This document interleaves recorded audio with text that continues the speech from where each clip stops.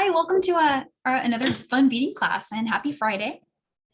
Today we have a really great idea for a right angle weave like spin that really looks like a crochet stitch and kind of like those little doily tiny needle crochets that the style of that. And so it can be a lot of things. We have a bracelet version on the mat, and then we have necklace ideas, and it can become so many different things. It can become an element in another design. So just a really fun idea and concept, and I'm excited to share it with you guys. And so I have two samples on the mat. The one that's in the photo is made with some sapphire and some of the hummingbird blue. The bead sizes are all a mix of some size 6/0 beads and some size 10s. So that's all you need. And if you've got 11s handy and you'd rather use 11s, they'll still work. It's just your little stars and flowers will be smaller. You could also use size 8s. I believe that would work too. I haven't personally tried it, but one of our students that downloaded the handout early mentioned that 8s worked. And so you're welcome to try that too, if that sounds like something that you want to see. I thought it was cool with the 10s because they make the stars tiny next to the big beads. And so kind of a neat effect with the small big. It gives it some depth and some texture. So any colors that you've got handy will work. And the ones that were in the original design are in the handout. So you can, I always point people to this SKU number. You can put that on the app and all the products that I'm using will come up. And so what I've got on my mat here are the incidentals. So I've got the bead thread, which is Wildfire 0.006. And I've got some size 12 beading needles. I think 10s will work too. You're going to be making a lot of passes through these little beads. So the 12 was easier for me, but I think a 10 is fine as well. You'll need some wire guardians. At the end, we're going to attach a really cute little finish with it looks like a flower. And the wire guardian is helpful for that. Some pliers and some scissors for cutting your thread, and then any findings you want. So I used a findings pack, a findings variety pack for a lobster claw and some jump rings to do my finish on the designs that are in the handout and the ones here. But any clasp you got, a toggle would be cute, a magnetic would be cool. Yeah, it's just, this is right angle weave, a variation of right angle weave that I think you'll enjoy. So I'm going to go ahead and just get started with the directions. And again, here's some size 10 beads. And then some size 6/0. And then I'm going to cut about 90 inches. So this is another one of those stitches it's a little thread hungry because it's got a lot of reinforcing. With right angle weave, we're always going through multiple times to make things stronger. So the 0.006 will help you out, the Wildfire. 90 inches of that seems like a lot, but I promise we will use it.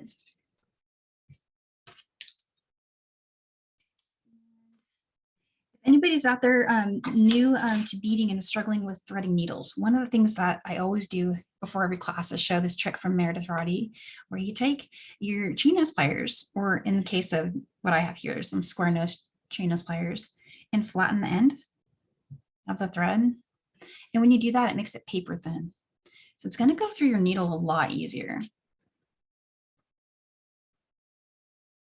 I'm just going to bring that through and pull down about 7 inches or so, and just fold it over. This is one of those designs that's worked on a single strand, like a lot of ours are like that. I'm just going to get my scissors out of the way. And so for tail length, you're going to need about 10 inches, maybe a little more. What you'll need that tail for is to create the one side of the ending to make the little flower and to attach the wire guardian. So leave enough for that. 10, 12, 15 inches or so should be good. And I'm just going to fix my focus here. There we go. All right. So to start, this is going to look really familiar to all of you guys who've been in a lot of our classes. So it's right angle weave, and we're going to create just one segment really quick. And I started with the 10s. So 4 of the size 10 seed beads. Bringing that down, remembering to leave a good tail. And then go through all the beads again. And pull tight. And when you do that, it'll kind of do this thing where the thread's sitting on the side, and to fix that, just go through the first one for now. So back through the first one. And there, it should make a star shape at that point. And so that's what we're going for, is a little star. And then reinforcing, it's a great idea. This is the starting one. So it's going to get a lot of extra passes later when I add my wire guardian.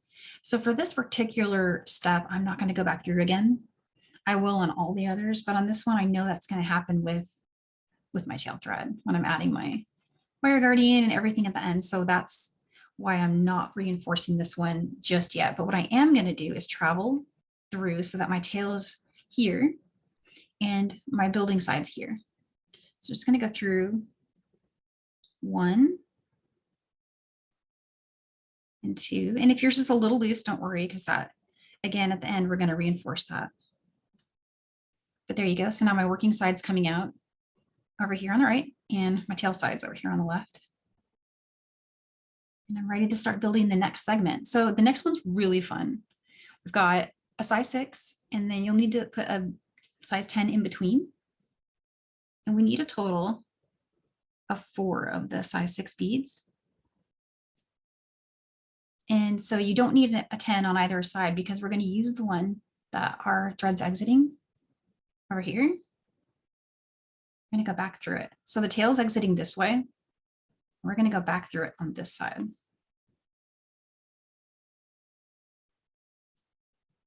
And when you do that, these beads over here are going to form a circle like that. And then you'll want to go through. I just flipped it over because I'm right-handed. So working on this side is easier for me. I'm going through the next 6, 10, and 6. Pull tight, go through the next 10. And optionally here, you can go through all this again if you think it's loose. So that's what I'm doing here. I'm just reinforcing. Sometimes I feel like it doesn't need it, and I'm not sure why, but if you're getting to that step and you feel like you want to make it a little stronger, just go through all the beads again. And here I'm back where I was. And I'm going to make another one of these. So I just need 3 size 10s, size 10 seed beads. So here's 3 of those. Let me get the third one there. And go again back through the last one where you're exiting, but in the opposite direction.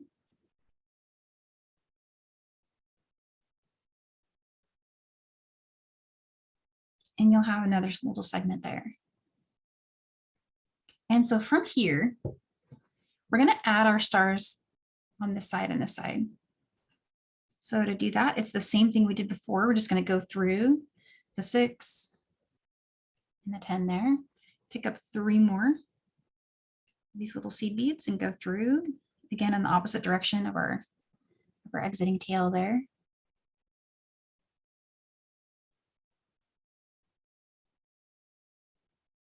One side and continuing through.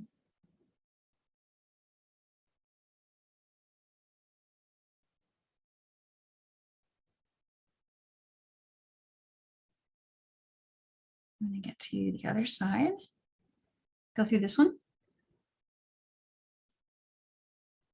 3 more beads. 3 more at the size 10. And then come through that 10. And I always find I have to help this side. I'm not sure why, but if you need to, this is the time to fix that, because otherwise you'll have a little bit of a loose spot later. That's harder to fix later. And I've got the same problem over here, so I'm going to fix that one too. Tight. And there is always the option to go through it again. So you could go through all of these again if you're feeling like they need more strength.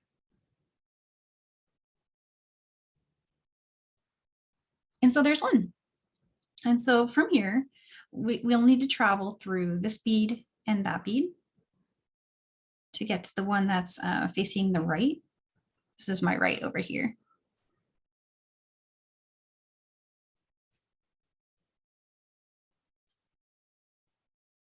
And now I'll just need to do the same thing we did before again, which is we're going to need a size 6/0 and a size 10/0. And we're going to have a total of 4 of the size 6s, and it'll be spaced by the 3/10s. So there's, oops, that's too many. There's that. So there's my 3, I need 1 more. Total of 4. And I'm just going to come back through that last bead, opposite direction of the tail.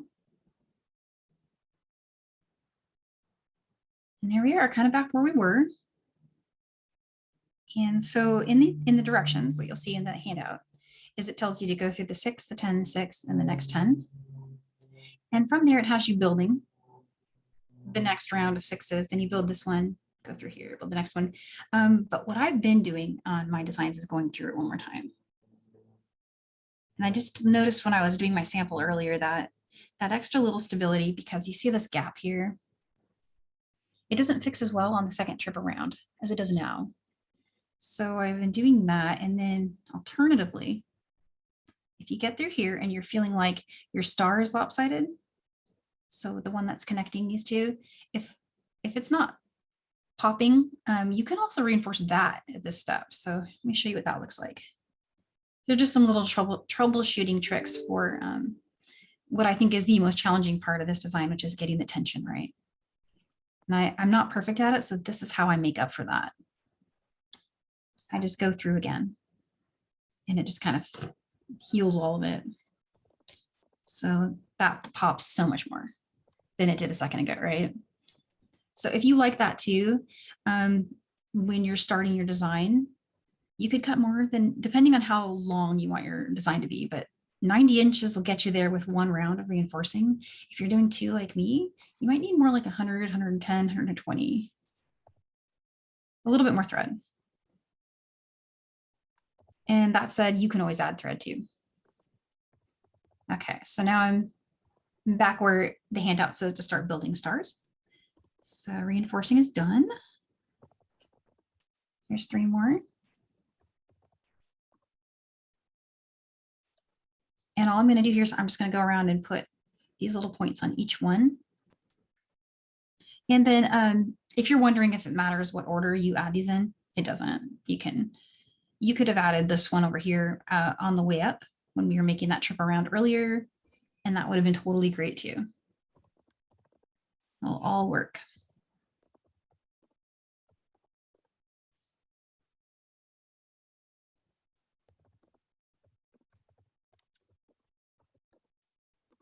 So I'm going to just keep going around.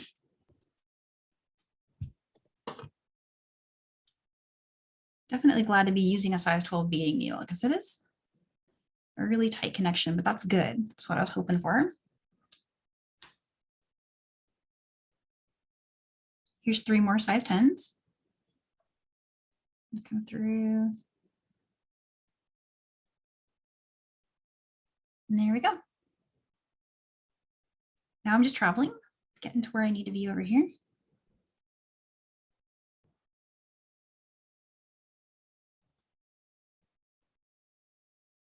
There it is. All right, so this seems like a good spot to check in with everybody. We've made, yeah. Good timing, perfect. So I just want to let you know that yes, we do have a few new people in our class today. I can tell from the sidebar. I have reminded everyone it is an intermediate class, but for most of us taking classes with you, even if we're beginners, we do have the chance to figure out how to do the project. So I think what I would recommend is for our regulars that understand exactly what you've shown them, they should keep going if they're trying to bead along with you. But I think you should just start it one more time, because the starting is the most important. Let's do that. And you even have a few people today that they have never heard of right angle weave. So you might just want to reinforce that concept. Gotcha. Okay, yeah, let's go ahead and so everyone who's got it, keep going.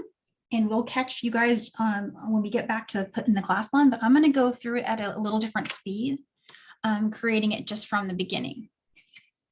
And so if you're brand new to beading, one of the things I recommend to brand new beaders, ignore everything I said about how much thread to cut and just cut an amount that is no longer than the distance between your shoulder and your hand.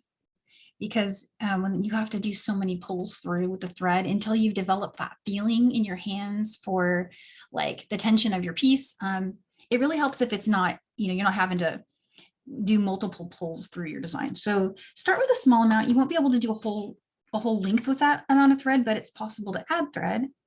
And also it's just getting that experience to figure out how it feels and, getting the tension. And then you'll probably decide, I've got this and I'm going to cut a longer piece this time and start and make my whole design. But so start with something that's the length of your hand to your shoulder. And then go ahead and flatten the end with some pliers to help you get it through your needle. And another way that it helps to thread your needle is to hold the thread like where the tip of it is just barely outside of your finger and your thumb. And then you bring your needle over and you can kind of just see where it is.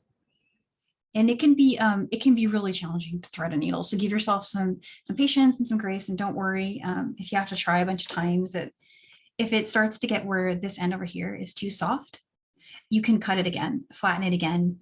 After a couple of tries, it will start to get more difficult to get it through. So don't be afraid to trim it, flatten that new part again, and then try threading it again if it's really just not working.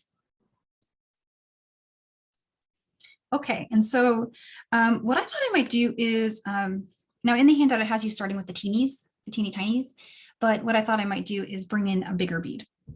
So let's bring in some 8s. This is a size 8 seed bead. A size 8 is in between a 10. So how it works is the bigger numbers are smaller beads, and the 6s are our biggest ones that we have in the Michaels stores. So size 6, they're about 4 millimeters in size. And then it goes all the way down to something as tiny as a size 11. I don't have any 11s out here, but I do have some 10-0.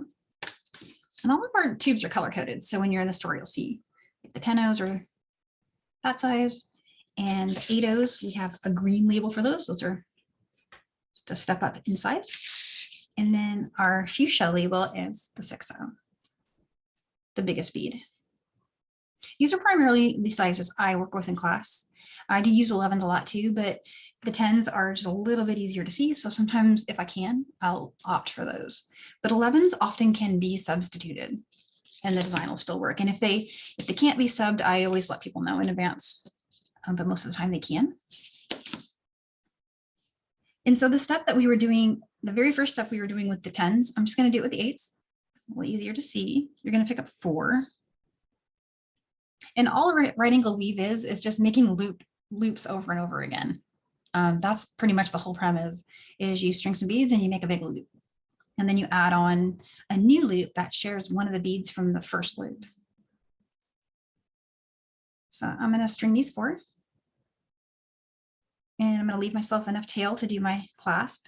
And if you're just playing, don't worry about your tail, just give yourself enough to hold. And coming through all 4 of those again. So this is the working side. This is the side my needle was on. This is the tail over here, going back through the beads from the tail side there. So here's on the mat what that looks like. I'm gonna make sure I get the focus down there. There we go. So tail over here, needle over here, and I'm going to pull that into a loop.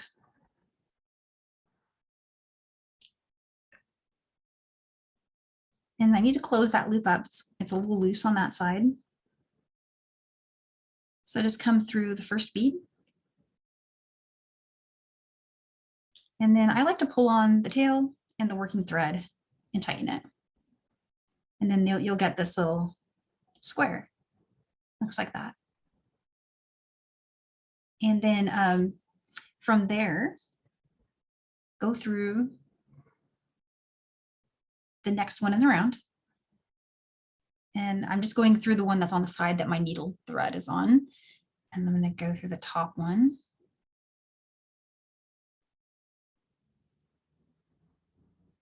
And there you are.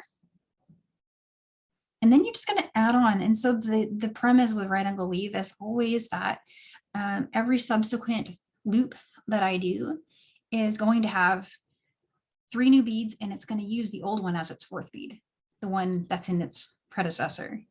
So every single new addition will have 3 that share this one for a total of 4. And you just keep going, and you keep going in different directions, which is fun. A lot of possibility with this design and the stitch. So in our design, what I did is I started changing the sizes. We're still doing the same thing, but we're, well, first things first, we're using a spacer. And so instead of doing 3 more, and why don't I do that just for illustrative, basic right angle weave without any change ups or fancy stuff, is I would just get these 3, I'd share this 4th one, come through and see you've got a new segment there. But what you'll see a lot out there in the bead world and in designs is that beads are introduced in between each one. And so the basic structure of the 4 is still there, but you've got a bead sitting here and all those places. I'm going to go through and reinforce that. And when I say reinforcing, all I'm referring to is just going through your existing thread path one more extra time.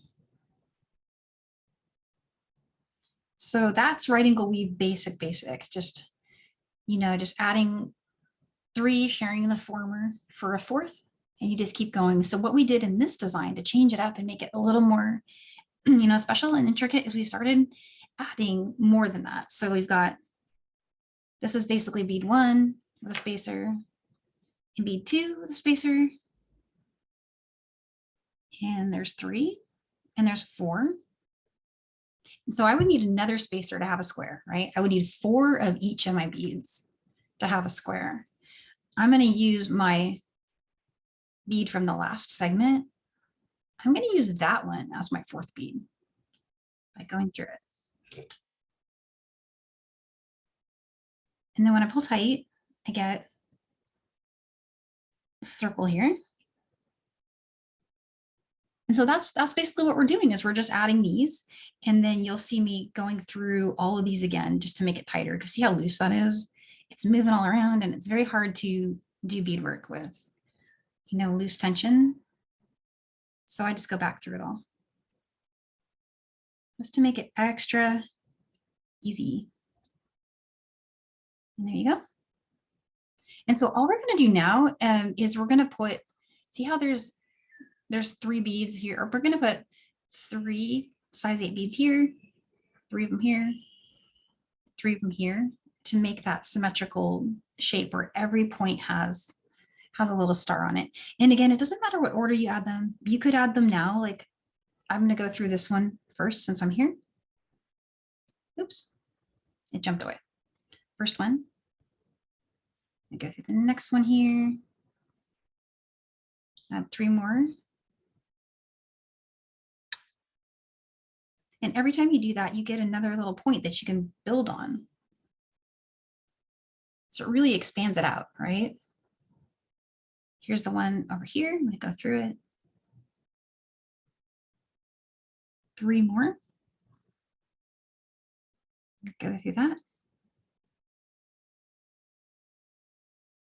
So there's our little stars on all sides. Now I just need to get over here. I want to get to where I'm exiting from this bead, because I'm going that direction. So pull tight here. Go through the next one.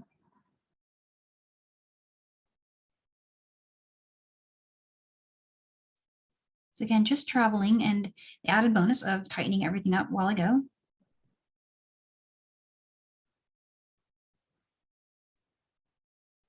And so from here, you're ready to build a new segment. So we'll do that one more time. You've got a size 6, and then there's the smaller bead, the 8, or the 10s, what we were doing before. I'm going to go for a total of 4 size 6s. If it would stay on my needle. There we go. So there's 4 size 6 seed beads, and then you see there's only 3 of the 8s, because we're going to use that one as our 4th. So a perfect square.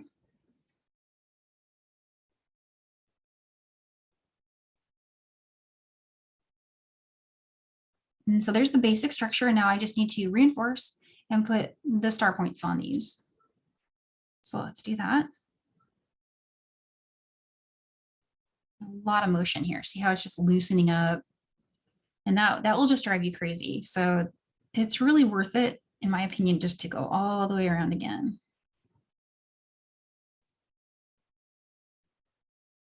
And then keep going. I'm going to put a point on here.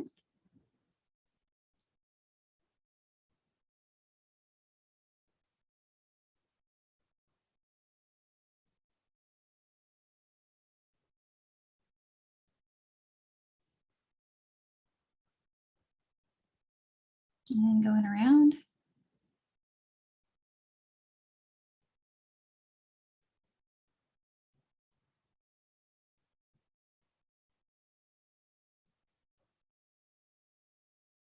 One more time.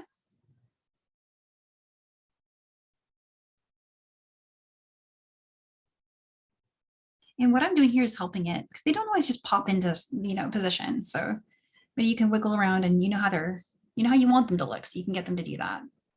And then I get another chance to fix this little gap here, which is always great. While you're here, if you're feeling like this needs reinforcement, something I showed on the last one was I did go through all these again, just because I felt like they were loose and I wanted to have a chance now while I'm here to fix it. See, and it just pops a lot more. I think the secret to writing a weave, honestly, is just going through it again. And a lot of times, as a beginner beader myself, when writing a weave was the last stitch I learned, because I just did not like that when I was stitching, everything kept moving after I stitched it.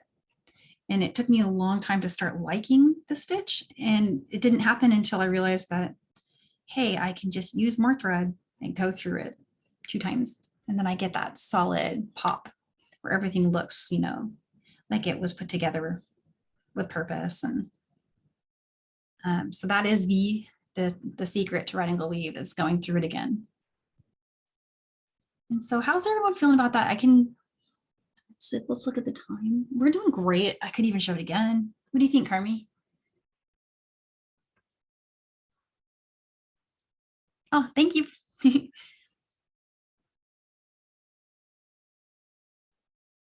Yeah, and so let me think for a second. I do have a piece that I could show. Well, so bringing in a new strand in writing the weave is really easy. But it's the same thing where you're just going to go through all the beads again until your tail stops moving. So as you bring in your new strand, you keep going around following your existing thread path until your tail stops wiggling. And that's how you know you've got a solid weave in. So how that would look on a design like this. Let's see. I'm going to grab some new thread. Find my end here. This bobbin has been hiding the ends of my thread, and I've had to cut it like 3 times to find it. Go. Flattening in there.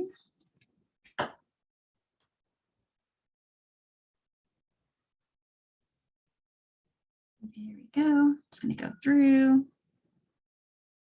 And I keep forgetting, sometimes when I start these classes, I forget. I've been doing seed beading for so long that some of the stuff is it's a motor memory at this point, and so feel free to jump in and say, hey, you didn't explain that. I will always go back and explain it. I don't always know when I'm doing it, because it's, how we all develop these things, like, touch typing is a good example. Like, we're not even looking at the letters, but we're typing all our words, right? And people who play piano, it's the same thing. Like, they're not thinking about the chords anymore. They just have a motor memory of like where it is. You develop the same skill in beading, and it happens surprisingly quick for most people. It's like it's in the blood. It's just we figure it out. I don't know if that experience is something that you guys have shared, but it's something that the next day, like for example, I'll put it down, I'll be frustrated, I'll put it down and come back the next day and I got it. And I don't know what changed between day 1 and day 2, but someone told me that that's how motor memory forms. It's when it's in the rest periods between, where you sometimes will learn that. And so what I'm doing here is I'm going to just like pretend I ran out of thread on the side, and I'm going to try to weave in a new strand. And so what I've got here is a new strand coming in. And usually what I do with my old working thread is I leave it where I ended off so that I know where I was and I can come and meet it. And then I build a new segment and I take my old working thread and weave it up into the new segment. Because especially in a design like this where multiple passes are going to start to get too thick, it'll help you to not have the same weaving in and weaving back in the same 2 kernels, right? So how that looks and is you'd bring in the new strand. And whenever I refer to the tail, I'm referring to this part. So this, right now it's going to move, right? And I'm just going to start weaving around until it doesn't move anymore when I pull through. Right angle weave is awesome in that all the turns make that lock in happen earlier than it would in like a straighter stitch. Because turning is how you lock it in. And some people who do enjoy knotting, they meet their tail thread in a place like this and would just do a double knot. I don't do that. It's just my style. A lot of people do, and there's really nothing wrong with doing that, other than it makes it a little hard to deconstruct your piece later if you needed to. But you can totally do that. You can also do half-hitch knots, which I'll show on another spot here. So let's test it. Let's see what happens. All I did was I went in this bead. I went through that one, and that one, and that one. And then I came back through the one that I started. Here's the tail. I'm going to pull it right here and see what happens. Okay, it's moving still. See, I can still pull it, but it's really, really tight. So we're getting there. Let's go through another one. And I realized I didn't explain earlier, when you're weaving in with these kind of designs, right angle weave, what you don't want to do is cross intersections. So here's what an intersection is. I don't want to go from this bead into that bead, because then you'll have a line of thread traveling from this one into the 6/0, and it's going to disrupt the form there with my little star point. So you're going through, all the thread paths are going through in right angles to each other. And I think that's where the name comes from, is that you're not going to be going through those intersections. You're just coming through, like from where I am here, and then I'll go up this side. Whereas the natural feeling might have been to go straight from this bead into that bead. But to maintain the structure that we have going, what we really want to do is continue through this one and then up through this side. And I think right angle weave is the most difficult stitch to learn, my personal opinion. It was the one that I struggled with the most. My first stitch that I ever learned was herringbone. Still is my favorite. I love it. And then I learned peyote stitch after that. Those two made more structural sense to me than this stitch does. Although I love it now because of all the possibilities that it gives you. But it wasn't something I just like leapt into and liked right away. At first I was like, oh, don't know about that one. Okay, so from just here, all we did was travel through this bead, that bead over here. And what happens when I pull is my tails, and you know, it actually did move a little bit. See, it's moving. If I really pull, so I need to do more. But I think by the time I just travel up here, I'll have a good weave in. So let's keep going. Let's go through this side.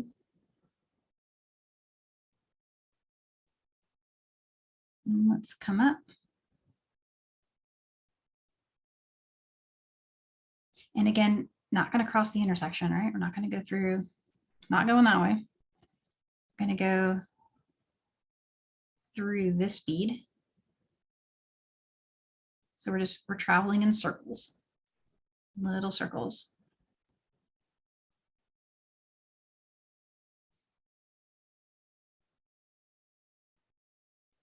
And my loop there is catching on my star, so I'm just gonna help it not do that. So here's where I am now. And I'm just gonna travel through here to get over here.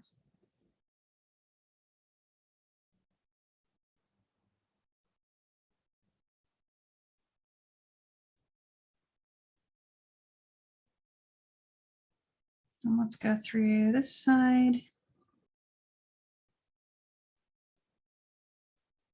And there we are. Okay, so from here, going through that bead,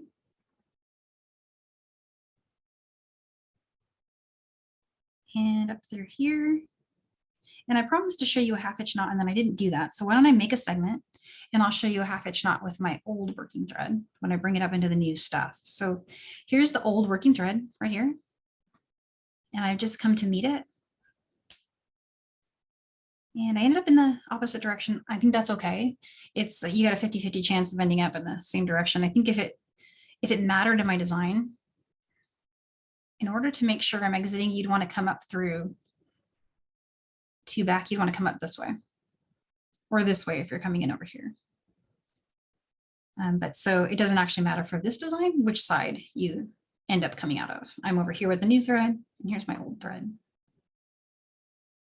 Okay, so first thing I'm going to do is I'm going to trim that tail. And the best way to trim is to pull up on that thread and then push down with your scissors a little bit, just on top of the beads, and it will make your thread have some tension on it, some spring. And when you cut, it should jump back into the bead so that it's not super visible. And so I'm just going to make a new segment, and then I'm going to bring my old thread into it. So here's our new one. And I've remembered I've got to switch back to my size 10 beads. This design is using the 10-0s again.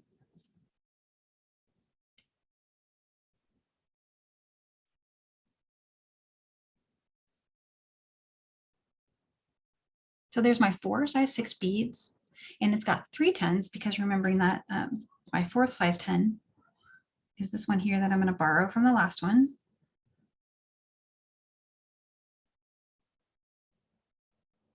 And then just, you know, same as before, I'm going to go through them all again. And I'm going to keep going. And then optionally, I'm going back through all of them again here. Because it is very loose, it's moving around. But they're a lot tighter once you go through that second pass. And again, you have a choice here. You can start building your star here if you want, or as it is in the handout, shown in the handout, I come up to here and create the star first. And I did that mostly for clarity in the illustration. It doesn't actually matter which one you start with. You could do any.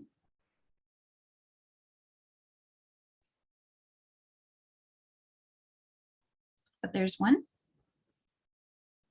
Get that one on there. And I'm going to go back to this one now and put the star on that one.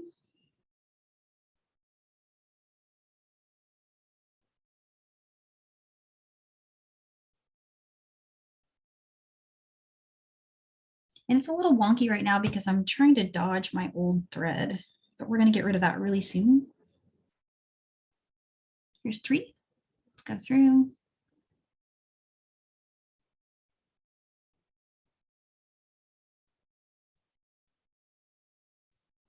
Still good on time, so we'll have plenty of time to show putting that clasp on it. Another thing you'll see me doing a lot is grabbing my pliers if it's tight to pull through. I could probably get it through if I tried a little more, but I was afraid that the angle I'm working when I have the camera up like this, I tend to poke myself with the needle more than I would if I was just working at, you know, on my own. So just when it's really tight, you'll see me get the pliers for that reason. Beading is dangerous. All right, and so here's my last star. I'm gonna put that on there.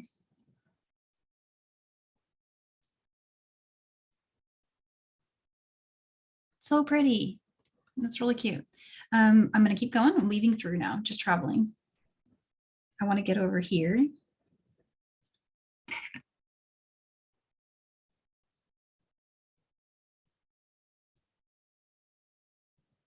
I'm exiting from that one, so let's come up through the next size 10. Let's go through the next one. Okay. I'm going to set it aside for now. What do I do with this old thread? This is my old working thread. I'm going to thread a needle onto it, and at the moment it's not flattened, so let's flatten it. Should flatten it really good there. Grab a needle, And this time I'm going to show you a half hitch knot for the knotters out there. Okay, so I'm exiting from this bead. That's the one where we left off and we started building a new one. And ideally I would have built 2 segments, but I think for illustratives, we'll show you with just one. So now I'm just going to come up through the beads and I'm just going to start weaving around. And it's an opportunity to reinforce stuff that might be loose. So it's gonna, sometimes when I'm pulling really hard on the stars, you'll see me kind of pinch it like that, just so it doesn't lose its shape. If I'm really going crazy with tension, I'll do that sometimes. And again, from here, making sure that we go through in a circle, you know, in a circle shape, not crossing intersection there. Okay, so here's a good place to do half hitch knot. The size 10 beads, they're pretty small and a knot is not going to go backwards through it. So if you're going to do a knot, you'll want to do a knot in front of one of your size 10 beads. So to do a half hitch knot, the general idea behind one is that you're going to capture the thread that's connecting these 2 beads here, right? So we're going to loop around them. To do that, from where I am here, exiting this bead, I'm going to come up through my center. So that's just through the center of our little star there. And I'm pulling up a loop. And when I mean pull up a loop, I'm just kind of letting a loop form here around that inner thread. And that's the thread that's connecting my 10 and my 6. And it's got lots of passes. So it's really thick. And then you bring your needle through that loop before it disappears. And when you pull tight, your knot should knot over the thread that's transitioning from that 10 into the 6. And you can do it 2 times if you think that you need it. I'm looking at my current design, realizing that another knot wouldn't hurt. But see, it's pretty hard to see it. It's not going to detract from your design or make it look bad. It just means you won't be able to destruct it very well. So, and maybe that's okay, because these are pretty quick to make. And then before you trim your thread, go through another bead, because you never want to trim right next to your knot, or that knot's definitely going to come undone. So I always go through another bead, and then like if I was going to sell this piece and I really wanted to make sure it was good, it was not going to come loose and I was a knotter, I would go through and knot one more time. And I'm going to do it over here, not over here, because I'm going to be doing something with the clasp there. I don't want to get stuck where I can't get through. The thing about knots is you will have a hard time getting through that bead again once you've got a knot there. So make sure you don't need to go through that bead. And once you've done a knot, it'll be harder. So again, I'm exiting from a 10. I'm going to go through the center here. I'm going to pull up a loop, and I'm helping this thread stay in front of my 10 here. I'm doing that on the back side with my finger. And I'm keeping the thread in front of my size 10 bead. There's my loop. Go through, tighten. I'm going to do it again. Going under. There's my loop.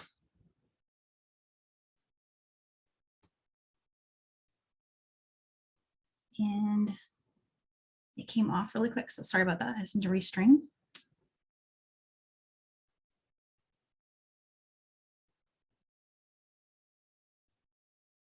Okay, here's where we were. We did our knot, and I went ahead and made that a double knot, a double half hitch knot. And I'm going to go through my size 6 bead, and I'm going to lose the needle now. I don't need that anymore. I'm going to trim it. So let's get our scissors, pull up on that thread, push down with the scissors, and that thread will pop into that bead. Now I've got a new working strand. It's ready to go. It's got lots of extra length. My old thread is gone. There you go.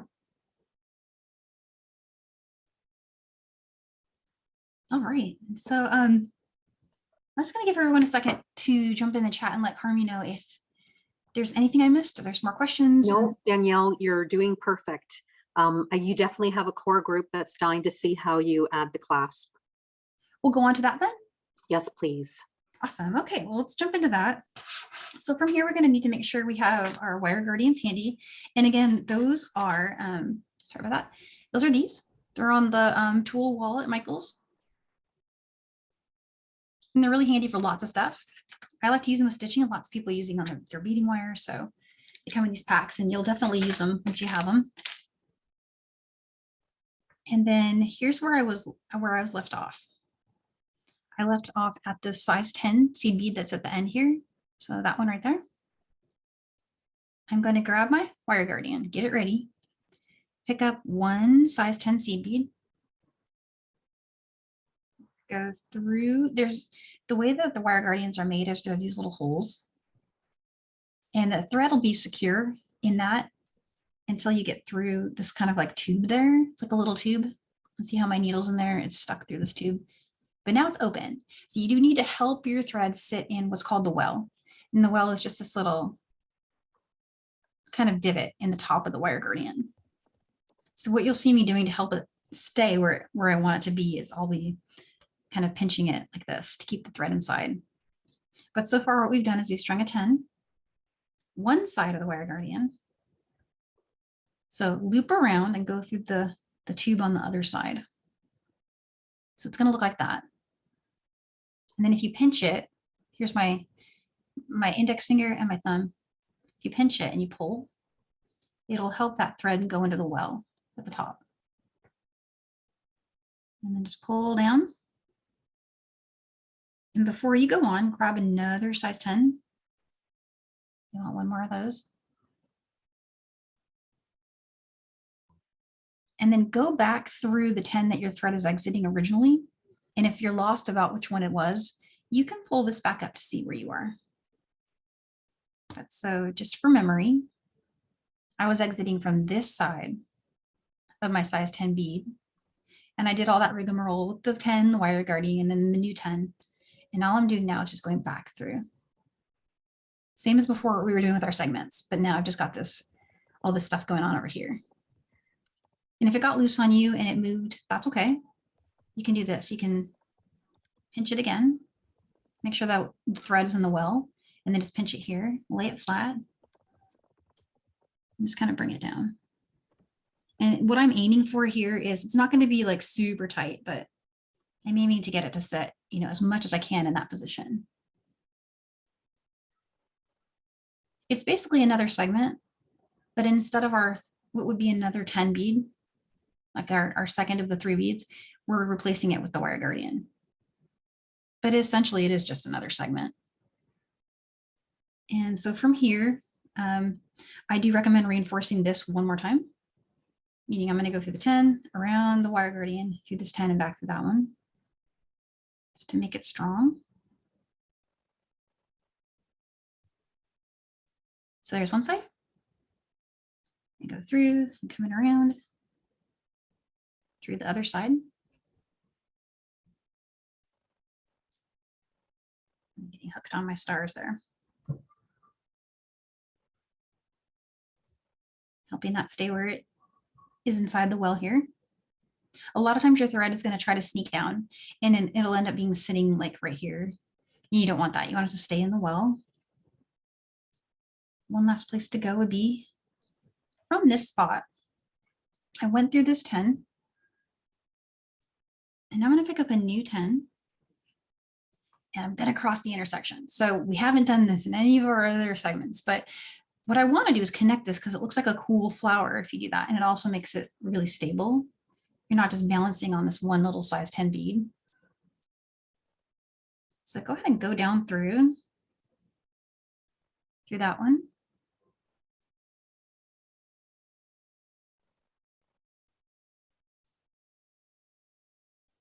My thread really wants to creep over to that other side, so I'm just keeping it here. So there's one side, and that new bead, it's just sitting in between this 10 and the one that was on our previous segment there. So there's one half of our flower. And I need to travel back through here. This is the one that is in that first segment, the bottom size 10. So I'm just going to turn through this one. And this will start getting super tight at this point. So The pliers can help with that, pulling it through. And then come up through this one. I need a new size 10. And I'm going to skip that, across the intersection again. And we're putting the new bead through the one that's just below the wire guardian. And there's a little flower. So if you get the little flower, you've got it. But all it really is 2 segments that we connected with a size 10 bead. And just in case it helps, I thought I might show the diagram really quick of what we did. And I can show it again on the other side too. So before, when we first added the wire guardian, all the strength was just completely focused on that one little bead right there. Right. And so all we did was we put a bead in between and turned it into a little flower. And now the bulk of the strength is now down. It's down here, focused down here. So we'll reinforce this too when we do our weaving in. We'll go back and just make sure, oh, that's super strong. And that so far for me has worked really well with the designs. It has not come loose. It doesn't stretch and pull out. Wildfire is really good. It doesn't actually stretch very much. So it, if at all, especially if you double it by reinforcing. But from where I am here, I would just go around one more time. And for most of you, you'll start to realize that, hey, that's the last pass I'm going to get out of that wire guardian. It takes about 3 passes for at the most, and then it starts to get really unwieldy. So that's about as many as I can get through there. I'm going to go through here. Pull tight.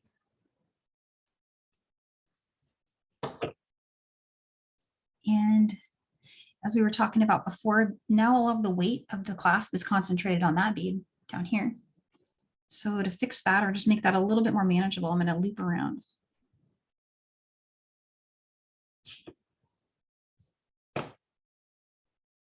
So there's one. Go through the next 6 here.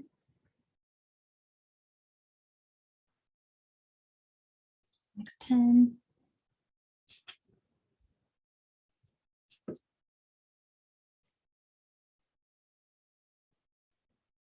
I'm going to come back up. Sometimes I can just only get through one bead, and so I'll just go one at a time if I need to. Get through one more here. Oh, I got through 2. Yay. So those 10s are getting tight now for me. But I'm here to make one more trip through here.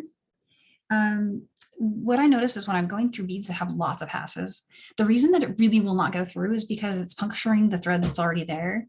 And there are times when it actually literally will not go. So what I do in that situation is kind of wiggle it.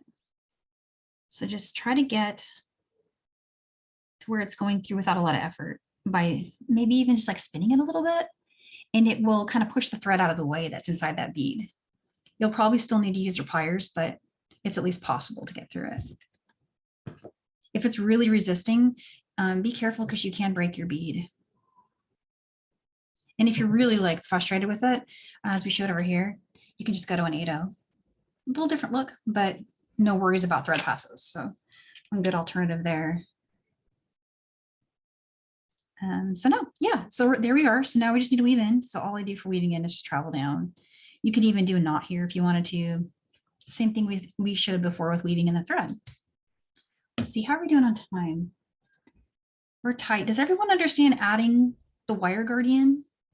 I could do a speed up demo of it over here if anybody wants to see it again, if that's needed.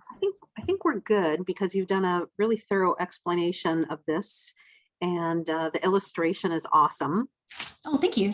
I did want to ask you again in terms of sizing, because with us having new people in the room, it's always important to stress that don't make it too big because it'll be too big for your wrist, but how do you actually size up? Oh, you mean to make the make it longer?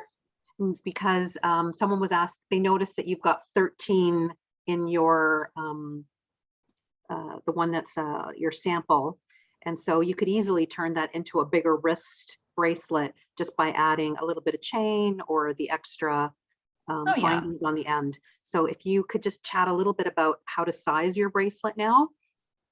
Yeah, this is a relatively flat and thin bracelet, so you can get away with doing a flat measure. You could just get a tape measure out and give yourself, if you measure your wrist and you measure it tight, give yourself a little bit of space. And of course, if you're trying to make it for someone else too. So often when people measure their wrist, they'll bring it around and they'll do this. And then they'll say, okay, I'm 6. And then you'll make them a size 6 bracelet and it won't fit. It's because the beads are a little thicker than this flat tape. So somebody with a 6 like me, I'm always making mine 6.5, because then I can comfortably clasp it and it's got some motion. It's not like, cutting off my circulation or anything.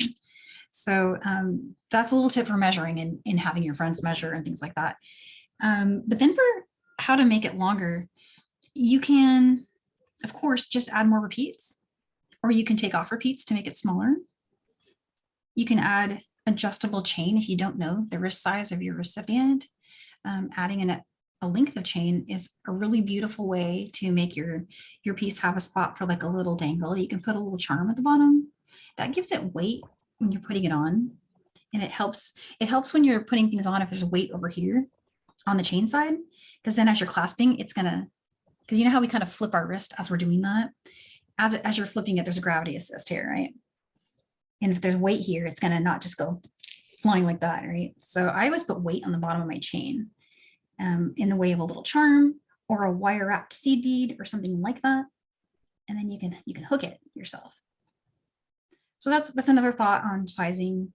Changing the seed bead size can also make it different. Like for example, I'm gonna need a lot less repeats if I'm using my 8/0 than if I'm using my 10/0, because there's a pretty big difference in length between those two. That's gonna size up a lot. So that'll also speed it up, so you don't have to make as many to get a finish length that works. You can make a necklace. Now that we know how to add thread, you can see how you could just keep going, and you can make a really beautiful opera necklace. You can put charms here. There's just so many things. So I really can't wait to see what you guys do with your design. I always really enjoy seeing everybody's posts and everybody's spin and just their palettes, and everything you guys do is really cool and inspiring for me.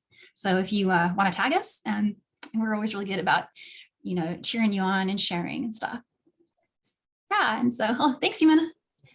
Yeah, and so I just want to wish you guys all a good weekend and send hugs out there, and just beading, it's a great meditative way to just keep your spirit up, and that's my hope for you guys. I'm wishing you lots of creativity, and I'd love to see what you make. So if you're free next week, we have a premium class. Our premium class is going to be, it's a chenille rope. So if you're new to beading, but you want to do this premium class with us, it's an advanced stitch. However, we've done the flat version in a free class that you can access on Michael's YouTube. So if you go back to I think it was November 2020, we did, it was on November 10th. It was the flat chenille bracelet. And we made a bunch of cool versions, different bead sizes, lots of great things going on there. So if you check that out and that looks interesting to you, feel free to sign up for our premium class, which is a chenille rope. And it's going to be really fun because we're going to change sizes up, and we're going to create lots of different spins on, things you can do with that stitch. And then we have a really fun free class coming up after that, which is our seed beaded chain. So grab some 8mm gemstones, some size 10 seed beads, and we're just going to make a really beautiful gemstone jewelry. And the one after that's another last class of March is here. We're doing some Celtic fringe. So all these are on the website, michaels.com/classes. You can find it there. If you're having trouble finding something or have questions, reach out to me, reach out to the John Bead, what's it called? Messenger or a direct message. And we're always there to chat with you and answer questions. All right, so I just want to wish you a great weekend and say thank you again for being here. All right, bye guys. Hearts.